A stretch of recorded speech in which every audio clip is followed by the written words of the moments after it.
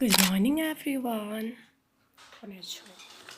পৃথিবীতে এমন অনেক মানুষ আছে যাদের জন্য আমি সর্বোচ্চটা করেও এর ফলাফলের যোগফলে সবসময় শূন্য হয়ে থাকি। তাদের বক্তব্যে আমি কখনোই ওদের জন্য কিছু করিনি। হ্যাঁ, আমি মেনে নিলাম আমি কিছু করিনি, আর ওই জায়গায় আমি সবসময় বোকার মতো জেনে শুনেও সব কিছু আবার করে তুলতে চাই। তবে আমি সেরকম বোকা হতে পছন্দ করি যা মানুষের কল্যাণের কাজে লেগে যায়।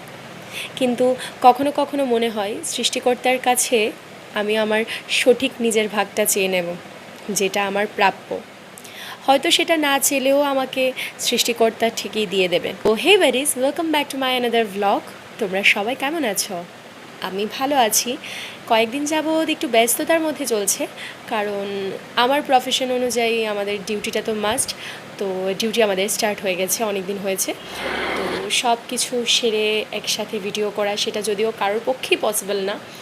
তো তার ব্যতিক্রম যেমন আমি না, অনেক দিন আগের ক্লিপগুলো ছিল, তো সেগুলোকে সবগুলো একসাথে মিলিয়ে আজকে একটা সুন্দর একটা ব্লগ আমি তোমাদের সাথে শেয়ার করছি। সো ডিউটি টাইম তো আমাদের 9টা থেকে 1টা পর্যন্ত।